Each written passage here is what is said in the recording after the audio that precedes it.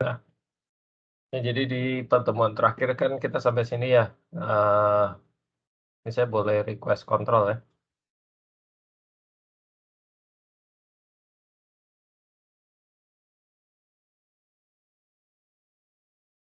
Oke. Jadi pertemuan terakhir kita di, sini jadi, coba kita full screen aja.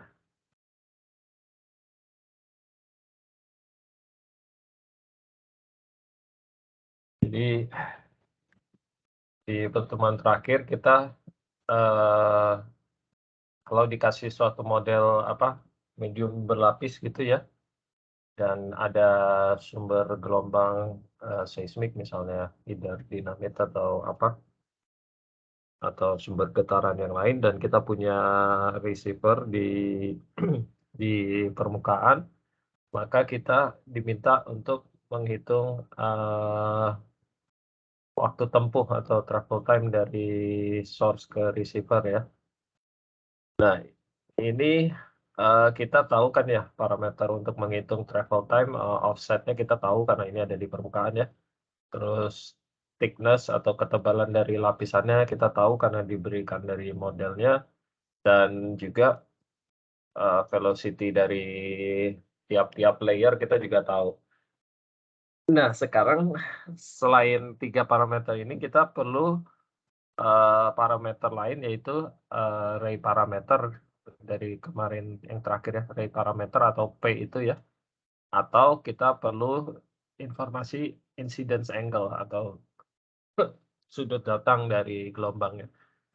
Nah, berhubung ini nggak tidak ketahui, maka kita belum bisa menghitung waktu tempuhnya nih. Jadi di pertemuan terakhir kita, cara untuk menyelesaikannya adalah kita coba-coba dengan memberikan apa, harga initial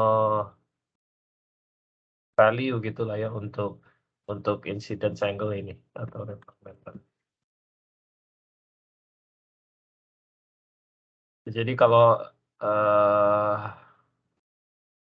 kita coba-coba sudut datangnya kita kasih mulai dari 0 degree, 0 derajat sampai 90 derajat, kita evaluasi setiap 1 derajat, maka, sudut datang itu kan bisa dihitung, apa, sudut sudut datangnya kalau kita kasih coba-coba, kita bisa hitung, jarak offset-nya ya. Jarak offset-nya kan dari persamaan yang apa, persamaan berapa kemarin, ada di salah satu persamaan yang terakhir kemarin. Jadi offset-nya bisa dihitung dari ketebalan dikalikan, tangan dari sudutnya ya. Jadi kita bisa dapatkan offset-nya. Nah, karena ini offset kita ketahui, kita di permukaan ada, jadi kita bandingkan nih harga X atau harga offset hasil perhitungan ini, kita bandingkan dengan harga offset sebenarnya. Kalau dia selisihnya jauh, berarti, eee, sudut datangnya yang kita berikan itu salah gitu ya, belum tepat. Jadi kita kita coba sudut berikutnya. Nah, nanti seandainya sih antara yang kita hitung ini, offset yang kita hitung dengan offset, sebenarnya itu harganya kecil atau mendekati nol, maka kita tahu bahwa itu adalah, jawaban atau sudut datang yang kita inginkan atau kita cari.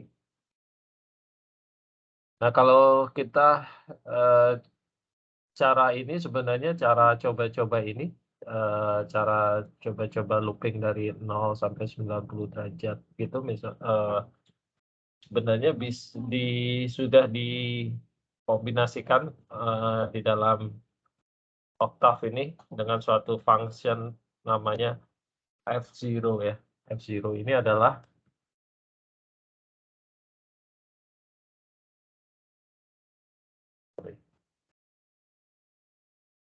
F0 adalah fungsi untuk mencari, zero atau harga nol dari suatu fungsi univariat atau fungsi, variabel tunggal gitu ya.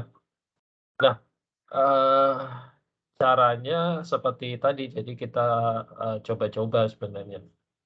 Karena, eee, apa,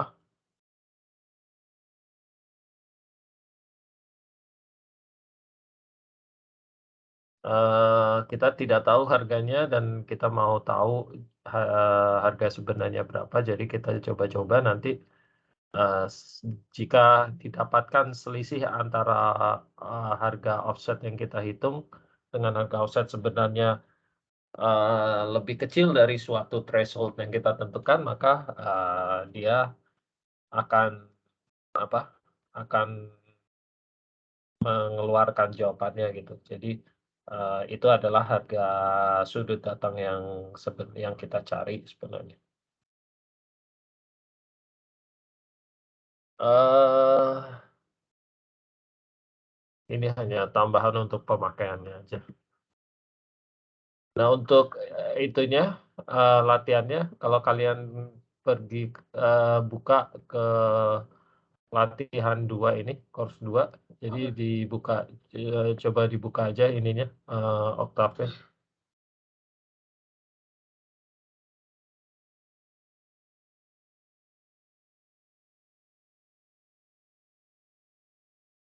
Buka aja oktavnya Mbak Meti di exit aja, slide-nya.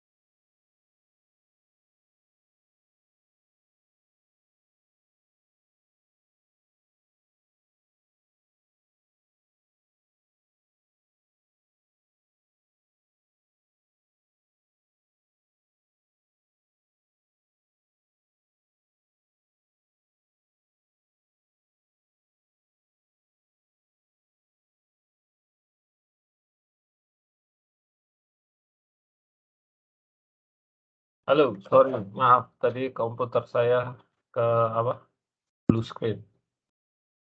Jadi kayaknya lagi ada problem ini.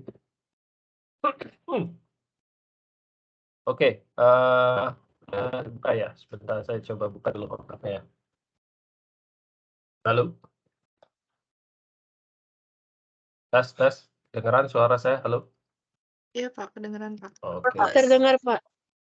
ya. Sorry, coba saya coba share screen lagi ya, mungkin tadi udah ke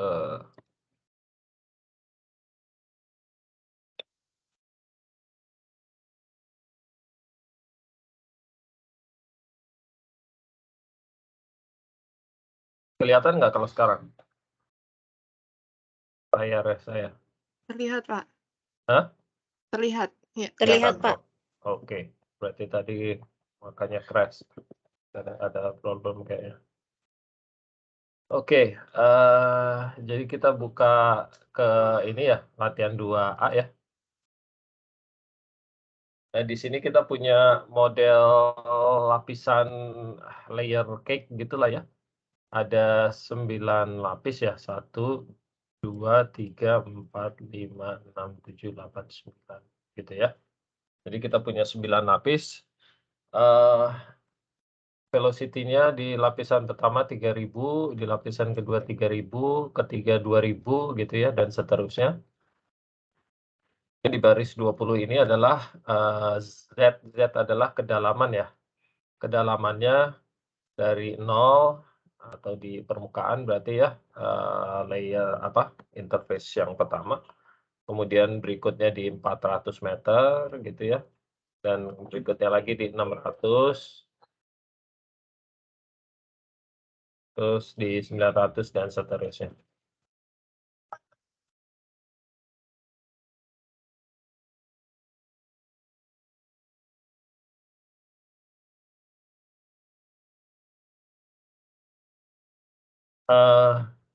Sebentar ya, tunggu sebentar ya.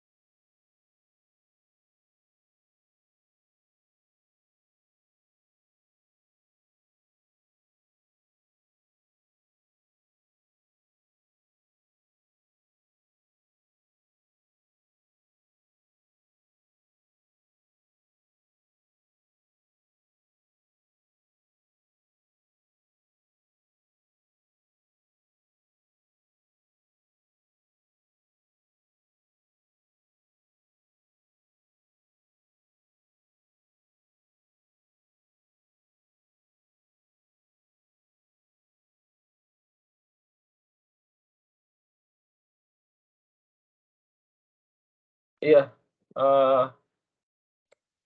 jadi, eee, kedalaman dari 0 sampai 2.000 begitu ya. Nah, karena untuk menghitung waktu tempuh kita perlunya thickness gitu ya, bukan kedalaman, maka thickness bisa dihitung.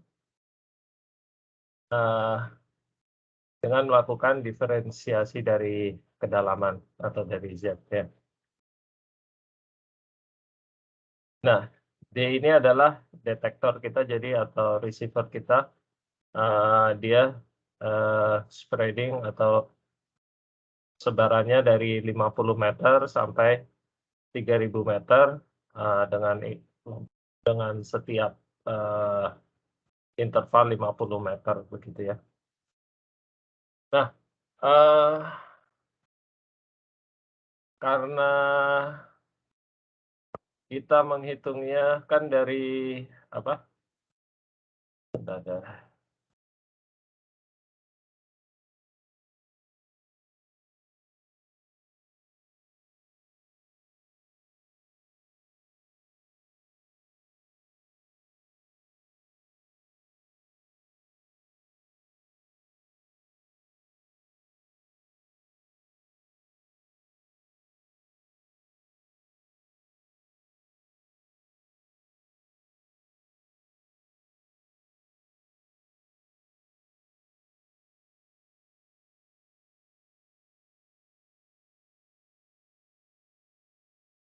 Jadi karena kita punya 9 layer, kita mulai dari yang paling atas ya, paling atas untuk posisi, receiver atau detektor nomor satu yang di 50 meter. Nah, kita perlu tahu berapa banyak kita punya receiver atau punya trace gitu ya. Itu jadi yang nomor 25 nih untuk mencari berapa banyak, receiver kita punya. Nah, kemudian kan itu kan kayak gini ya, kayak kayak gini. Jadi kita punya 9 lapis ya, kalau ini di gambarnya cuma 2 tapi bayangkan aja masih ada lagi lapisan-lapisan di bawahnya. Kita mulai dari posisi ini, jadi posisi di atas, jadi di, receiver atau D1 gitu ya, untuk di layer ke satu kita mulai dari sini dulu. Di sini jadi kita mulai dari, eee, J J ini adalah indeks saja ya. Jadi mulai dari, eee, trace atau detektor ke satu sampai ke sampai ke ini length panjangnya D itu ya. Kita mulai dari situ, mulai dari yang pertama, jarak offset-nya adalah, tentu aja apa, D-nya ini ya, D yang pertama itu jarak offset-nya. Nah, kemudian kita akan mulai dari lapisan yang pertama dulu. Jadi, mulai dari dari satu sampai jumlah interface atau jumlah lapisannya berarti adalah, sebanyak kalau kita punya 9 lapis, berarti 9 layer, berarti interface-nya ada 8 ya, karena, eee, dari layer satu ke 2 itu satu interface gitu ya, 2 ke 3 satu interface dan seterusnya nanti 8 ke 9, sampai 8 ke 9 itu ada 8. Jadi kita punya 8 interface atau 8 bidang bidang batas. Kita mulai dari yang pertama, H atau thickness-nya kita hitung, berarti thickness-nya adalah ini HH gitu ya, thickness-nya adalah H yang ke satu begitu ya, kalau kita mulai dari interface yang pertama. Velocity di layer satu atau di interface satu adalah, velocity yang ke kolom ke satu gitu, karena kita punya ada, 9 ya, jadi kita mulai ambil yang satu dulu. Nah, ini adalah threshold yang kita berikan untuk menentukan nanti harga yang selisih antara offset yang kita hitung atau dengan offset yang sebenarnya itu sudah kalau sudah lebih kecil daripada harga ini, berarti itu adalah harga sudut datang yang sebenarnya. Jadi ini kita kasih angka aja, angka tapi angka yang kecil gitu ya threshold-nya. Boleh. Ya pokoknya angka-angka yang kecil aja. Nah, di sini baru kita mulai, mencari ini, 39 kita kasih harga tebakan awal sih ini sebenarnya untuk offset-nya gitu. Jadi kita kasih harga 0 aja misalnya juga boleh. Nah, sekarang di 40 adalah kita mau menghitung array parameter untuk, eee, lapisan atau layer 1 untuk, receiver pertama gitu ya. Jadi ini untuk layer 1 receiver ke 1. Array parameternya kita hitung dengan F0 tadi ya, F0 jadi dia akan mencari selisih, offset antara yang dihitung si X ini dengan harga offset sebenarnya atau D ya. Nah di sini dia cuma memanggil suatu fungsi namanya funarray ini. Jadi kalau kalian ke direct ke folder, kan latihannya di sini ya, exercise-nya kan ada di folder sini ya, kalau nggak salah di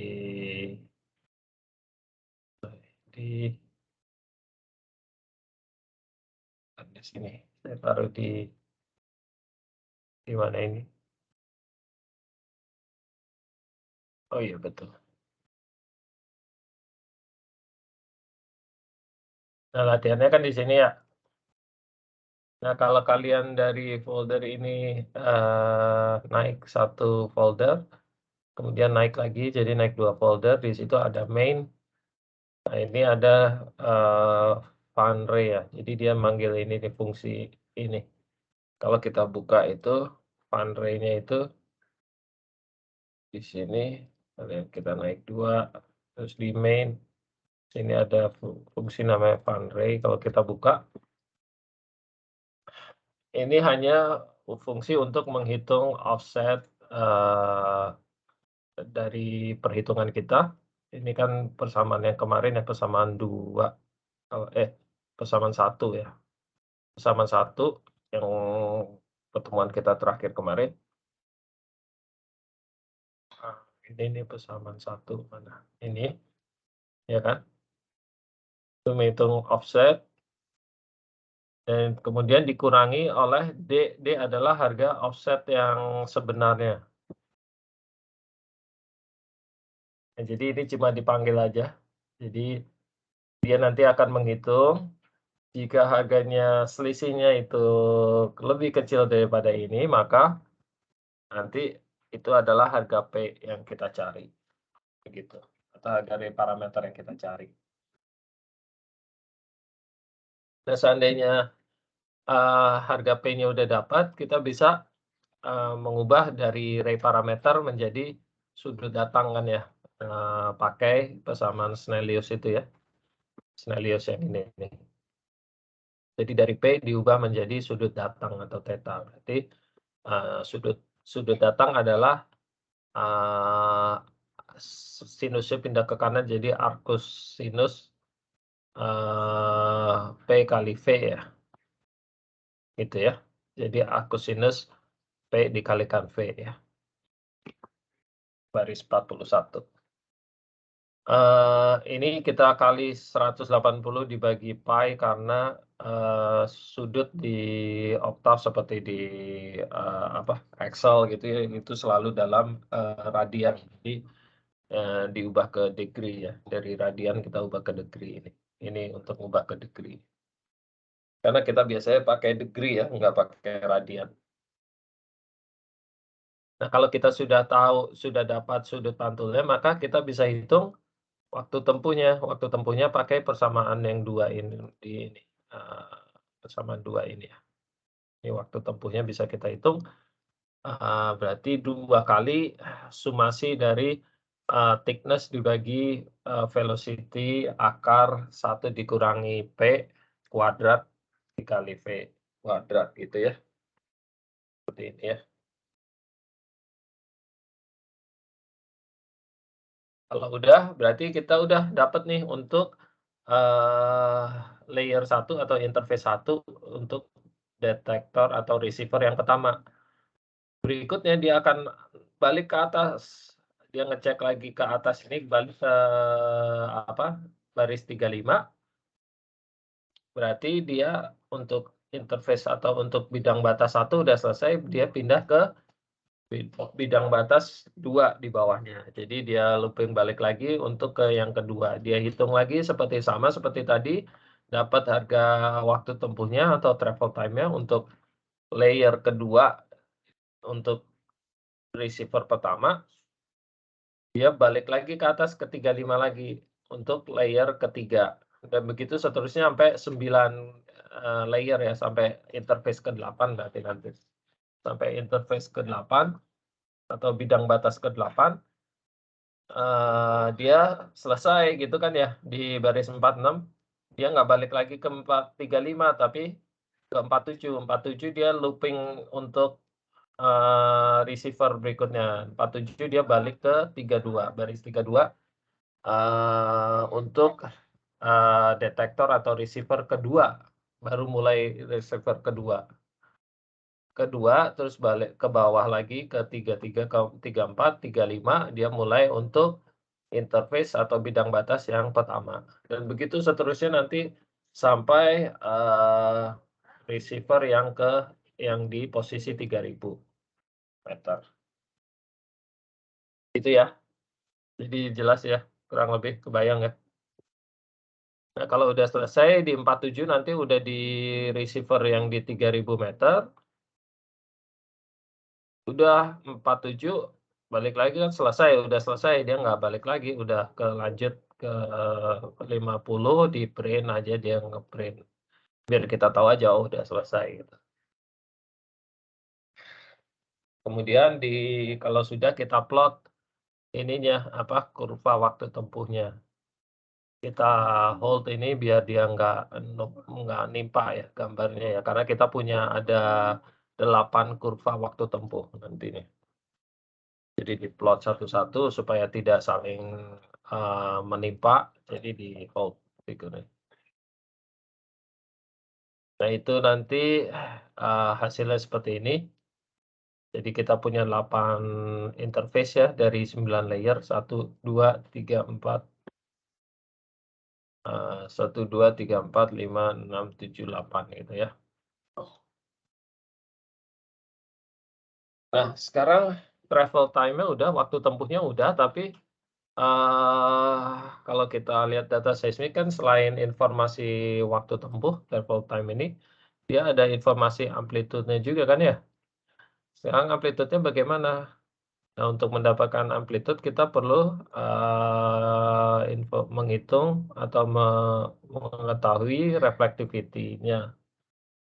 Ini kita hitung dengan toolbox dari Cruise, ini ada fungsi namanya Zoom Bridge, jadi kita hitung pakai toolbox-nya Cruise.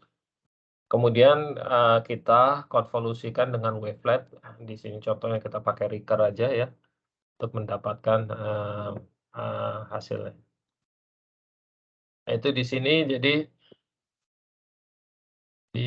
ada di baris mana itu? Ini di sini karena untuk menghitung reflectivity kita kan selain velocity perlu density ya. Jadi ini kita kasih density di baris 61.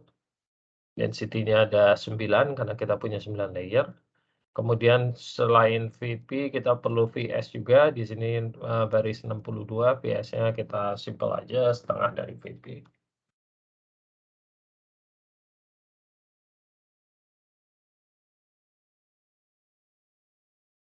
Dan 66 ke bawah itu ini kita menyiapkan sumbu vertikalnya nanti atau sumbu time axis ya. Jadi kita maksimum time-nya kita hitung dari travel time ini yang paling gede berapa harganya. Sampel interval 2 milisecond, jadi kita bikin untuk sumbu vertikalnya dari 0 sampai T maksimum ya. Lompat setiap 2 milisecond, begitu ya, samplingnya setiap 2 milisecond. Nah, kemudian kita masukkan semuanya ke dalam suatu matriks namanya spikes, tapi angkanya 0 semua karena kita belum hitung reflectivity-nya ya. Jadi nanti begitu kita sudah hitung reflectivity-nya, nanti, harga reflectivity-nya kita taruh di posisi sesuai tempat, sesuai tempat posisinya ini masing-masing gitu ya. Di sini masih kita isi angka 0 semua karena kita belum hitung reflectivity-nya. Kemudian di 78 mulai dihitung, caranya sama seperti, tadi. Jadi kita hitungnya per, interface untuk per receiver. Jadi kita mulai interface dulu, kalau tadi kita mulai dari, receiver dulu kemudian interface, sekarang dibalik, looping-nya di interface pertama dulu untuk, receiver 1. Kita hitung ininya, reflectivity-nya pakai Zoom-Bridge ini, dari Cruise, kita tinggal panggil aja. Jadi kita perlu input density, velocity, Vs, ya. Kemudian kita dapat harga reflectivity-nya, kita hanya ambil yang harga realnya saja, tidak perlu harga imajiner-nya. Dan kalau kita sudah hitung reflectivity-nya, kita bisa letakkan reflectivity itu di posisi, posisi yang ada ininya, yang ada kurvanya ini. Itu di sini ya, di 86. Kemudian sudah dapat reflectivity di hasil dari 88, kita buat wavelet di 91 Richter wavelet.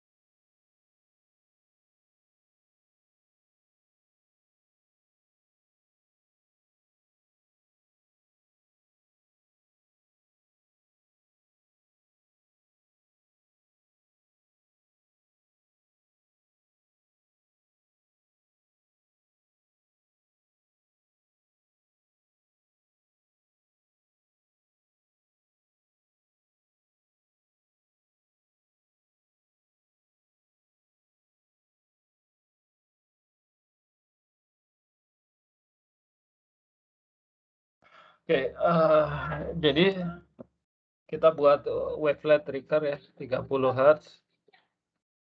Kemudian kita konvolusikan dengan apa, reflectivity yang udah kita buat, itu di baris 94.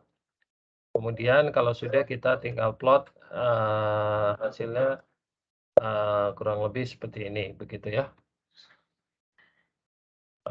Ada pertanyaan sejauh ini atau ini?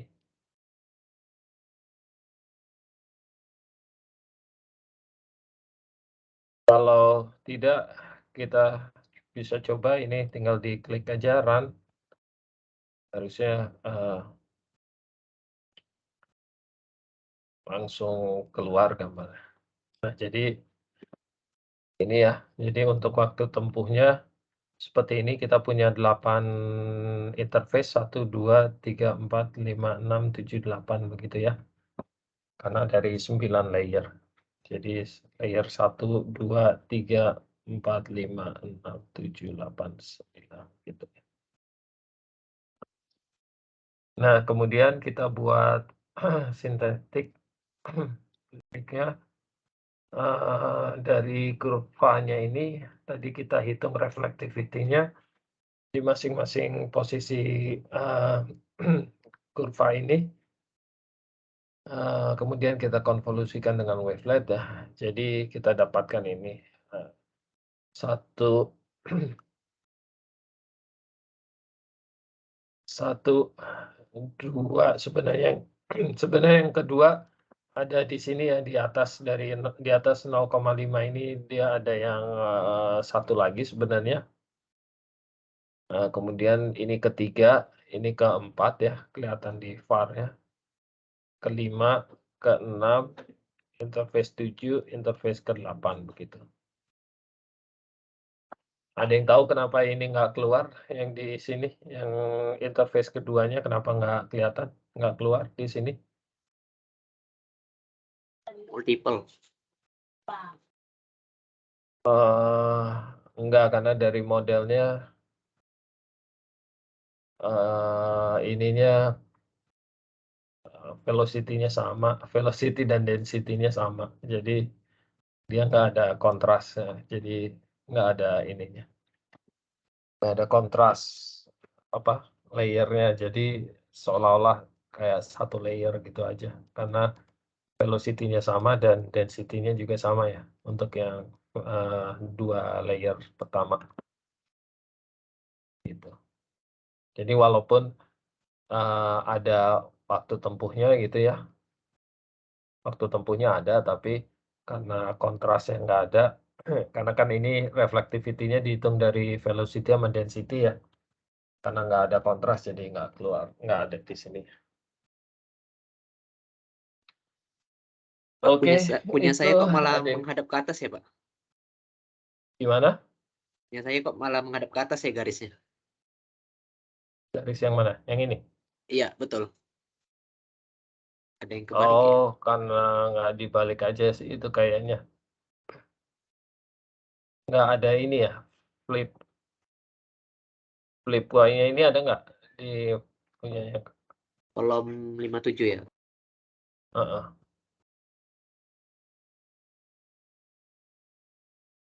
Kalau nggak ada tinggal diketik aja di sini, kalau mau balik gitu ya, eee, pastiin ininya aktif dulu, gambarnya yang mau dibalik, terus kita ke command window-nya tinggal diketik flip Y. Flip ini maksudnya flip Y, berarti sumbu Y-nya di-flip dibalik. Yang bawah di atas, atas jadi di bawah. Nah ini, oh saya jadi yang ini kebalik. Kalau saya flip Y lagi, ya dia ngebalik lagi, seperti semula, gitu aja. Kalau saya yang ini, saya balik. Oh, kok nggak mau ya? Selalu yang ini.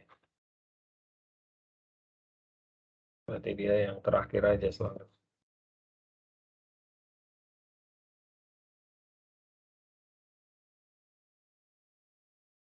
Oke, Oh ya, oke Pak. udah bisa ya? Bisa. Bisa semua, nggak ada yang error kan? Oke, udah kita tutup aja. Lanjut.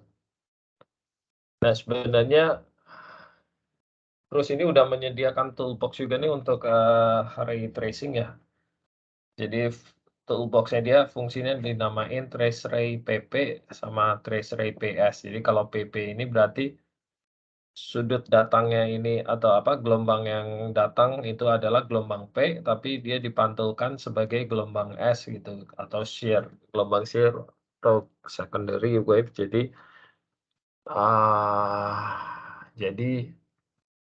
antara yang datang dan gelombang yang pergi tuh beda velocity gitu ya. Ini untuk model velocity yang berlapis gitu ya, kayak contoh kita tadi. Kemudian, mereka ngasih lagi fungsi namanya trace ray, ini untuk general ray tracing.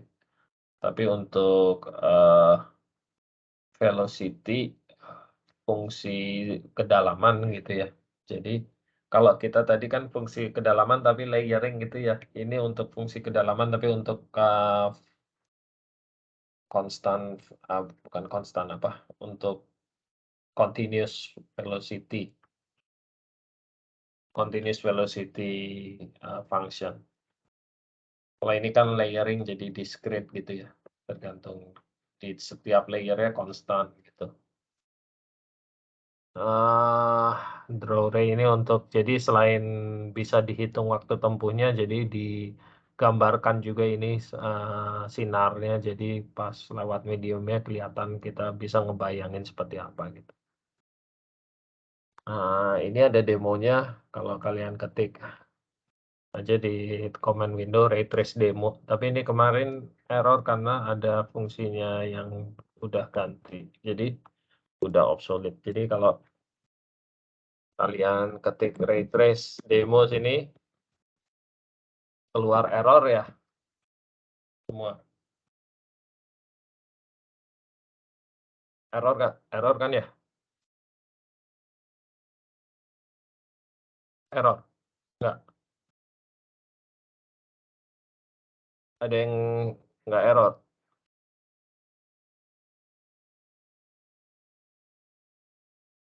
Error, Pak. Semua kalau diketik ini error nggak?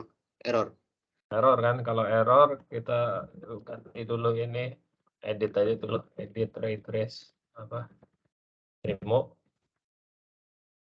Nah, itu nanti di baris ke-42, options-nya itu kan sama dengan str2 mat ya? Iya. Iya nggak? Baris 42 itu options-nya sama dengan str2 mat. Iya. Iya, Pak. Betul. Itu diganti char, str2 matnya diganti char, karakter char. Kalau udah di save,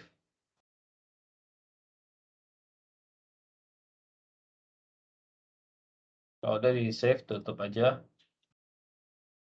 Kemudian kembali ke sini, kita ketik lagi demo, trace demo. Saya udah keluar.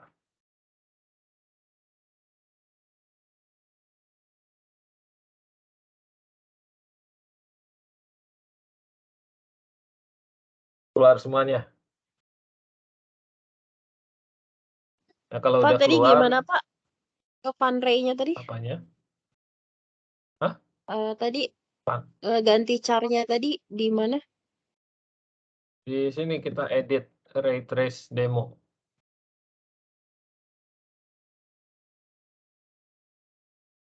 Kita edit ray trace demonya, terus ke baris 42 ya. Itu ada options, sama dengan str2 matnya diganti char.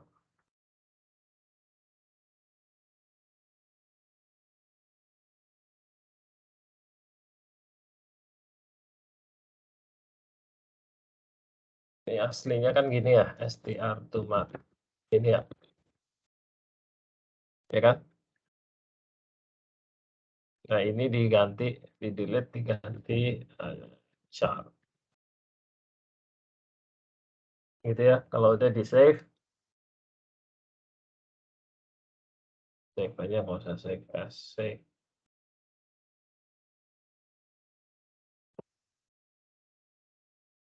Save, kalau udah kembali ke sini, command window, diketik lagi ray trace demo, harusnya keluar ini ya. Oke, kalau udah keluar, pilih aja, misalnya saya pilih nomor 1.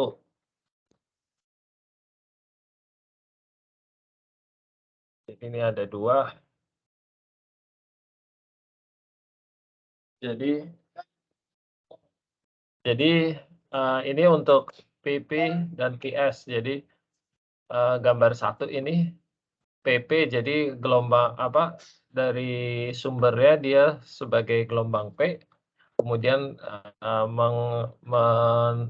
memantul di bidang batas, balik ke atas sebagai gelombang P juga.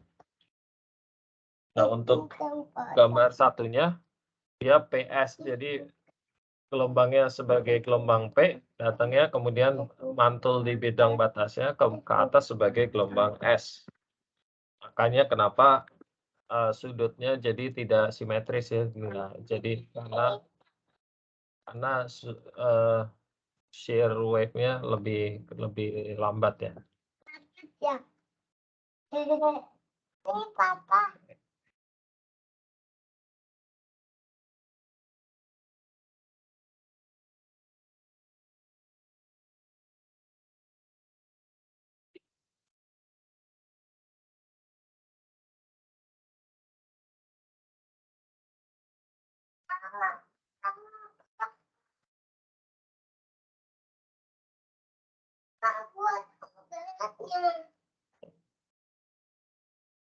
Oke,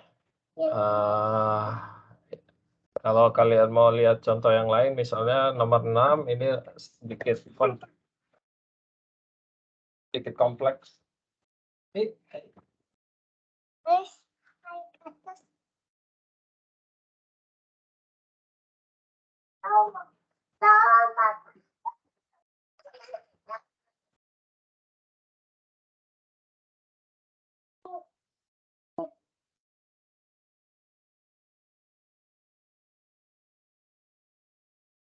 Kalau pilih nomor 6 ini kompleks. Jadi ada mantulnya lebih dari sekali.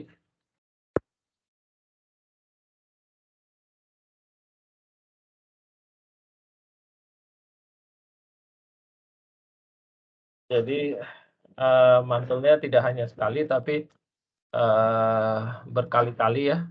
Di sini gelombang P di bawah di 1500 mantul ke atas, kemudian mantul lagi ke bawah, ke atas lagi, ke bawah, dan gitu seterusnya sampai nanti ditangkap di receiver di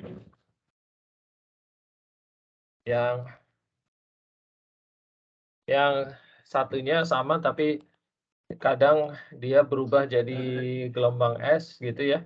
Yang warna merah ini dia gelombang S, tapi balik ke atas lagi jadi gelombang P, kemudian terakhir sebelum ditangkap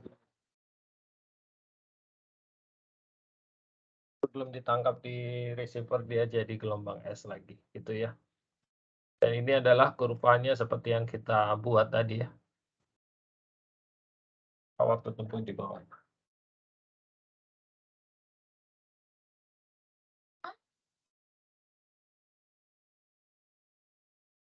Ya, gitu. Ada pertanyaan sejauh ini? Kalau udah di enter aja nanti dia keluar.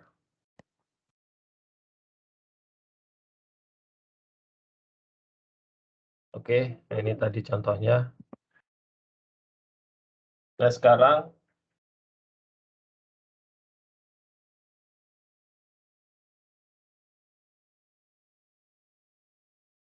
kita akan coba latihan 2B ini seperti tadi. Jadi kita menghitung waktu tempuh juga ya.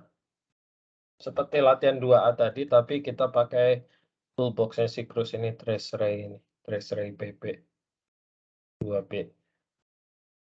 Jadi sama sih sebenarnya seperti 2A. Jadi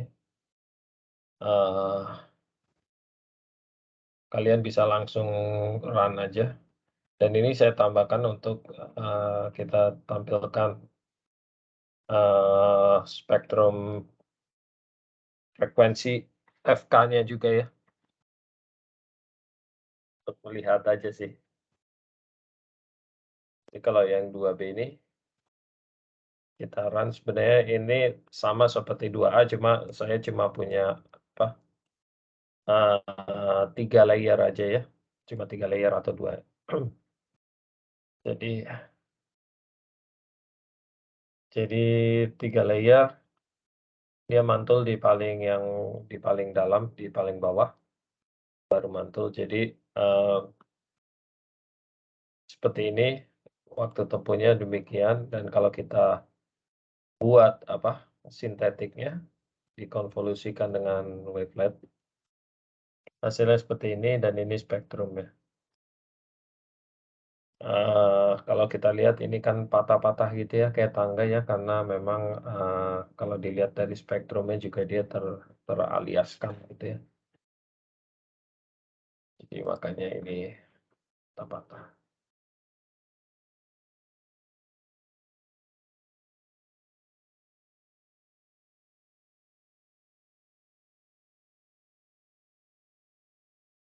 Nah, sekarang kalau seandainya kita punya velocity fungsi depth atau velocity jadi bukan layer tapi sorry sebentar ya, ini nggak ngecas nih laptopnya, sebentar.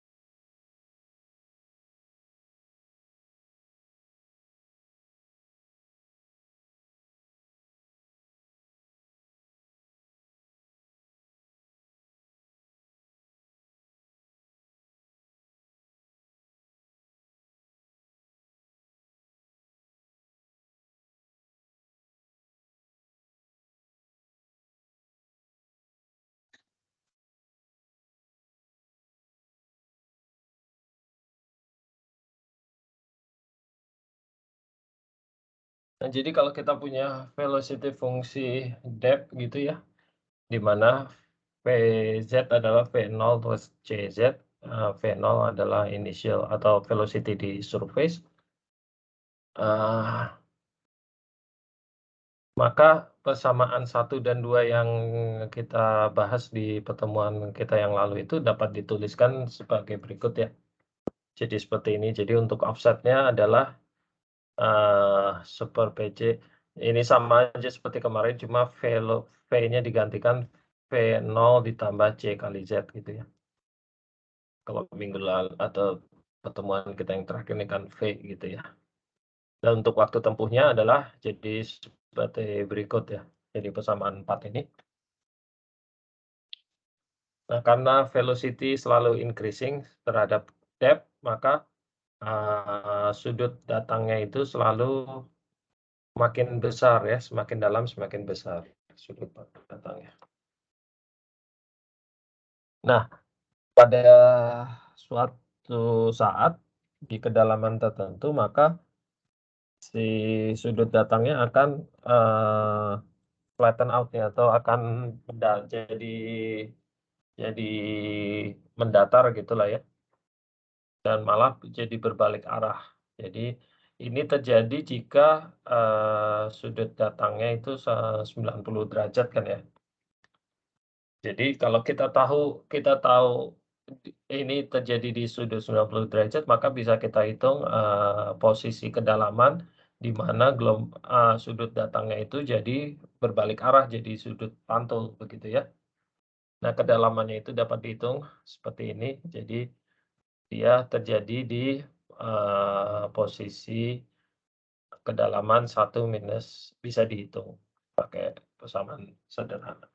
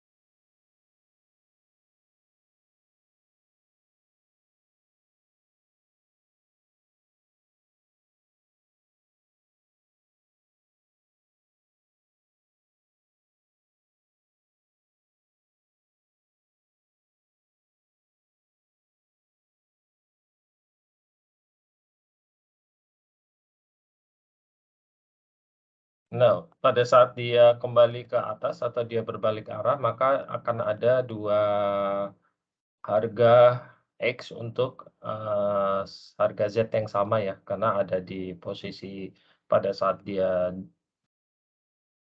apa, jadi sudut datang dan pada saat dia menjadi sudut pantul gitu ya.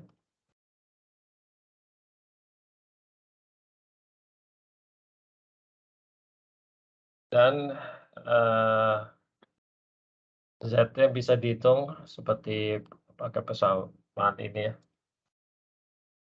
Nah, ini contoh latihan 2C-nya.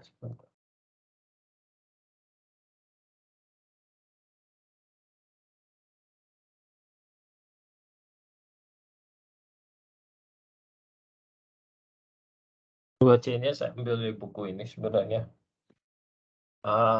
Jadi di sini kita, hitung apa,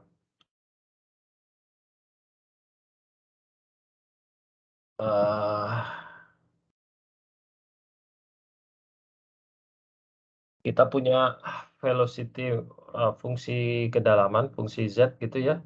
Kemudian kita hitung apa, kedalaman berapa dia akan berbalik gitu ya, gelombangnya.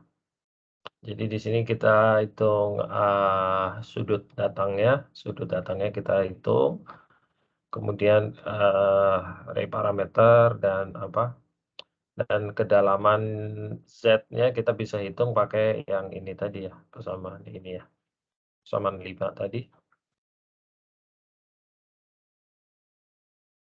Kemudian ini hanya untuk kita ganti dengan none atau not a number gitu untuk yang, harga imajiner-nya dan juga harga negatifnya. Karena kita hanya ambil yang harga positifnya aja ya. Jadi di sini kita hitung, depth-nya untuk setiap, posisi X gitu ya. Itu nanti seperti ini, jadi itu ada di latihan 2C ya. Kalau kalian buka di 2C, ini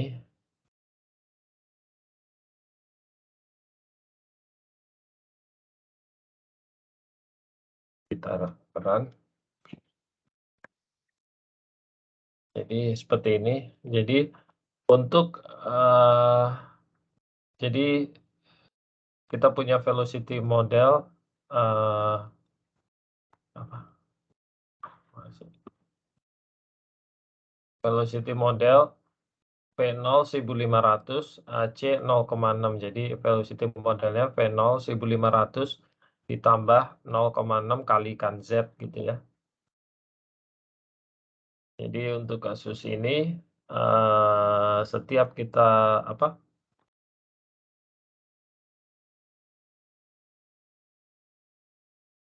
di kedalaman, jadi misalkan kita punya target, di kedalaman 5.000 meter gitu ya, berapa jauh offset yang kita perlukan atau kita harus, kita mau akuisisi data di atasnya gitu ya. Seberapa jauh offset saya harus sampai, untuk mendapatkan gambar apa, eee, mendapatkan gambaran struktur di kedalaman 5.000 meter gitu.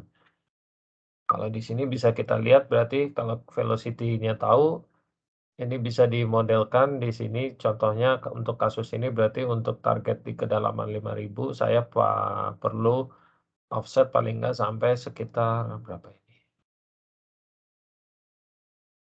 15 ribuan kurang lebih ya, 15.000. Dan ini ya, yang 5.000 tuh yang hijau kali ya, yang hijau ini. Yang hijau berarti sekitar 10, mungkin 13.000 gitu, 13 kilo kali. Jadi untuk target kedalaman di 5 kilo saya perlu bentangan kabel sampai sekitar 13 kilo gitu, untuk velocity yang seperti ini. Jadi gitu sih, paling enggak tujuannya. Oke. Nah sekarang gimana kalau saya punya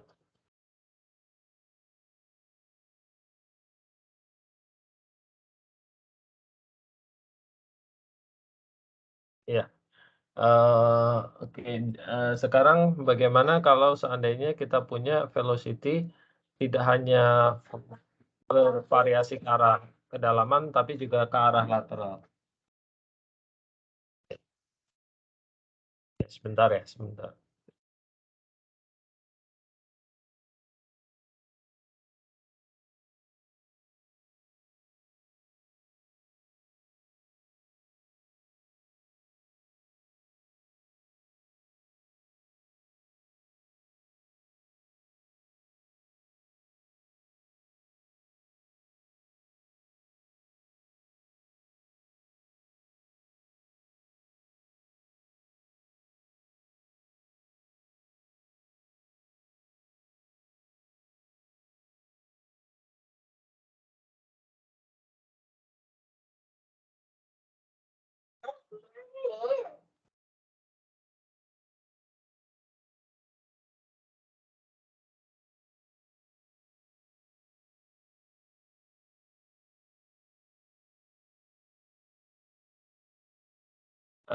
Untuk kasus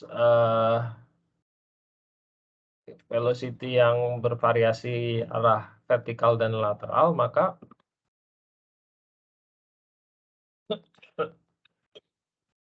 kita bisa menyelesaikan dengan cara membuat ini dibagi menjadi grid kecil gitu ya. Dan kemudian di dalam grid-nya itu dia constant velocity, jadi kita bisa lakukan ray tracing di dalam kotak-kotak grid kecil ini, karena dia dianggap sebagai constant velocity di dalam grid kecil ya. Dan nanti akhirnya si sinarnya itu dia akan berbelok-belok atau berkelok-kelok, seolah-olah velocity-nya bervariasi ke arah kedalaman dan ke arah lateral gitu ya. Ini yang kita pakai di toolbox-nya Cycrus.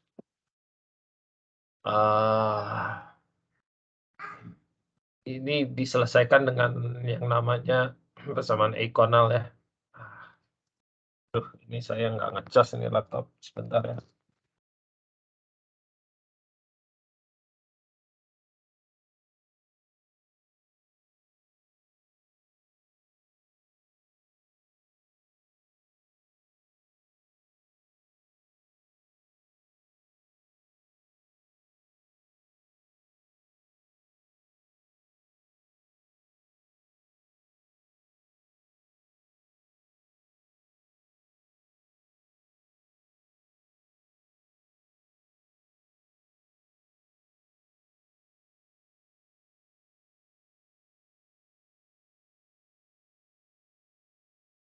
Ini diselesaikan dengan namanya eikonal, persamaan eikonal. Cuma persamaan ini hanya berlaku jika velocity gradient-nya weak gitu ya, atau frekuensinya cukup tinggi dibandingkan gradientnya. Ini pendekatannya cukup efektif gitu ya.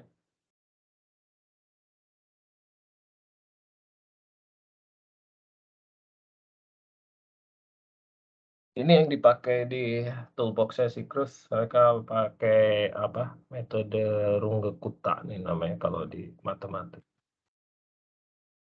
Oke, jadi latihan 2D kita akan coba ray trace tapi untuk velocity yang bervariasi arah lateral dan arah vertikal.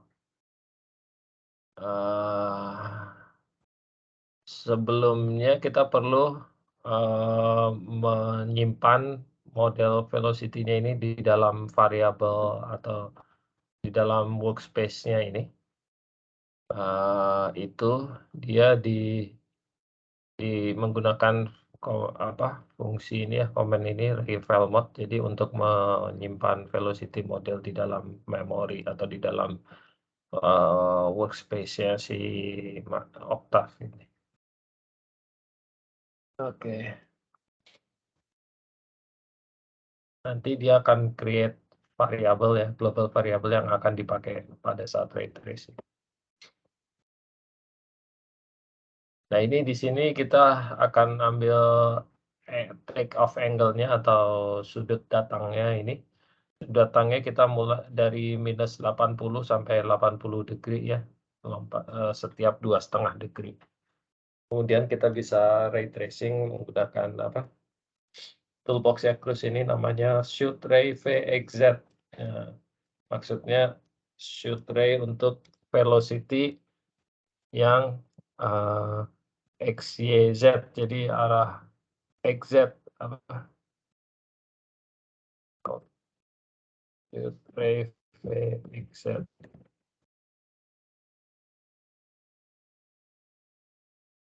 Jadi ray tracer untuk 2D creative velocity model. Jadi untuk shoot ray untuk velocity model yang XZ, jadi variasi arah X dan arah Z gitu. Ya, itu latihan di 2D. Jadi kalau kita load datanya dulu. Datanya nanti agak cukup kompleks ya, datanya seperti ini nih. Jadi ini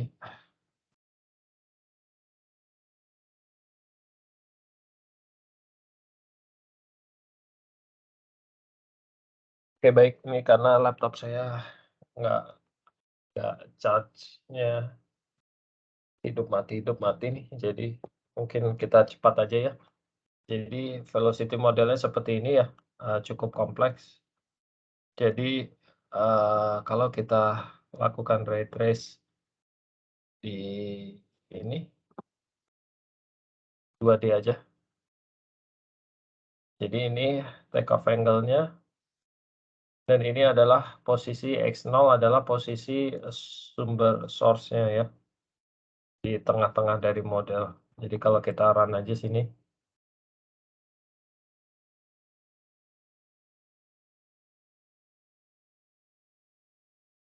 Ini sudah masuk ke dalam ini ya, workspace-nya. Dan ada global variabelnya. Kalau sudah ini. Nah, ini adalah hasilnya ini. Ada yang ingin ditanyakan sejauh ini atau sebentar nih, saya keburu habis nih.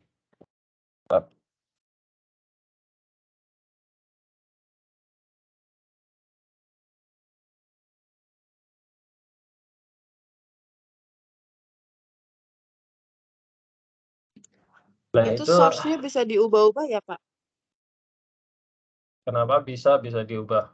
Jadi ini kan tadi saya dari minus 80 sampai 80 ya angle-nya ya, take off angle-nya. Jadi karena minus 80 dia makanya ada yang ke kiri dan ada yang ke kanan 80 nih. Kalau saya ganti take off angle-nya dari 0 gitu ya, 0 sampai 80, maka nanti ini yang ke kiri nggak ada, semua ke arah kanan ya. Trace ya, kalau kita jalankan. Nah, ini kan dia cuma di kanan, ini belum selesai nih. Masih belum selesai. Nah dia ke kanan semua sinarnya ini.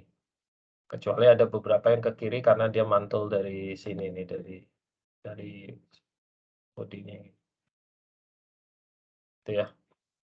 Sebaliknya kalau saya mulai dari minus 80 gitu ya, tapi sampai ke 0, nanti dia ke arah kiri aja semua sinarnya. Karena ini udah mulai keluar satu-satu. Baik.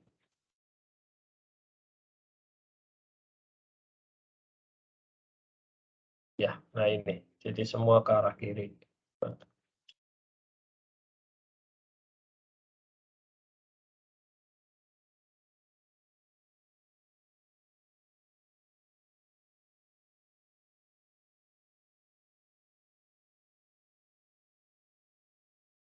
Itu ya.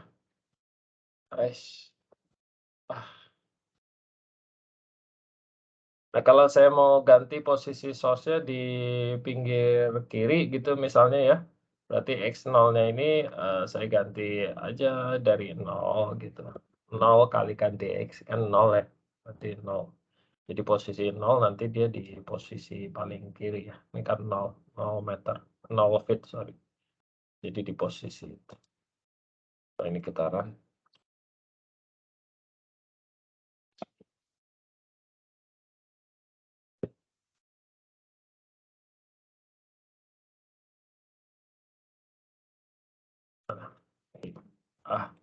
Nah ini jadi dia posisinya pindah ke sini. Karena kita taruh di 0 tadi ya. Kalau kita mau taruh di posisi paling kanan, berarti ini tinggal kita ganti tadi bukan 0 tapi dari N aja ya. N kali DX. Jadi nggak usah dibagi 2 N ya. Dibagi 2 kan tengah-tengah kan, setengahnya.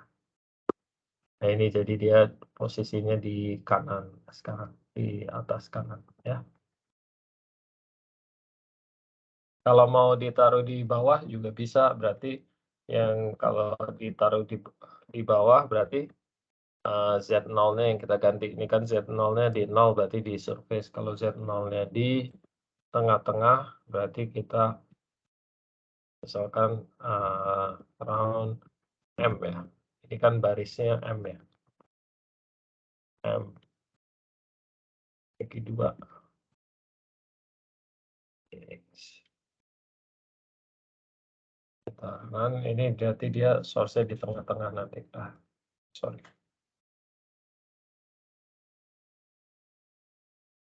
Nah, itu dia. Jadi source-nya di tengah-tengah.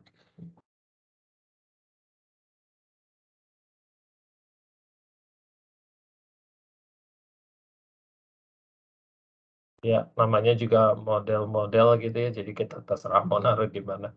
Walaupun secara reality nggak bisa, mungkin sulit naruh source di sini. Ya, cuma kan ini model kita bisa terserah. Ya. Oke, ada yang mau ditanyakan sejauh ini? Kalau enggak kita akhiri di sini, tapi sebelum kita ini, karena besok kita UTS gitu ya, saya di drive itu ada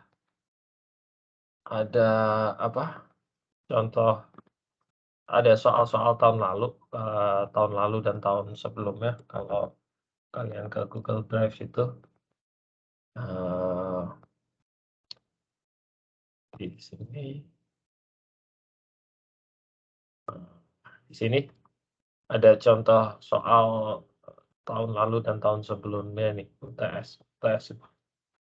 Jadi kalian bisa lihat di situ untuk model soalnya kayak apa. Soalnya nanti ujiannya besok paling saya cuma bagi soal aja sama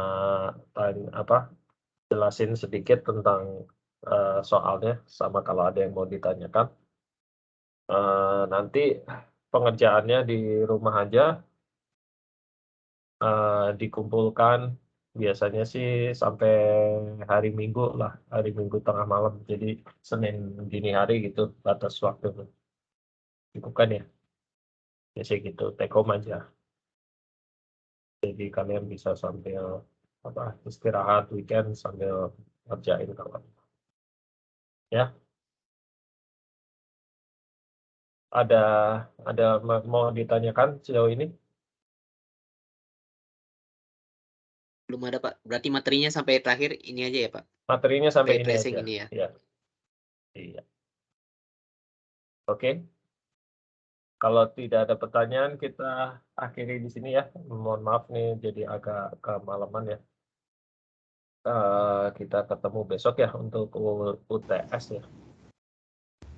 Untuk jamnya besok nanti kita janjian di WA ya.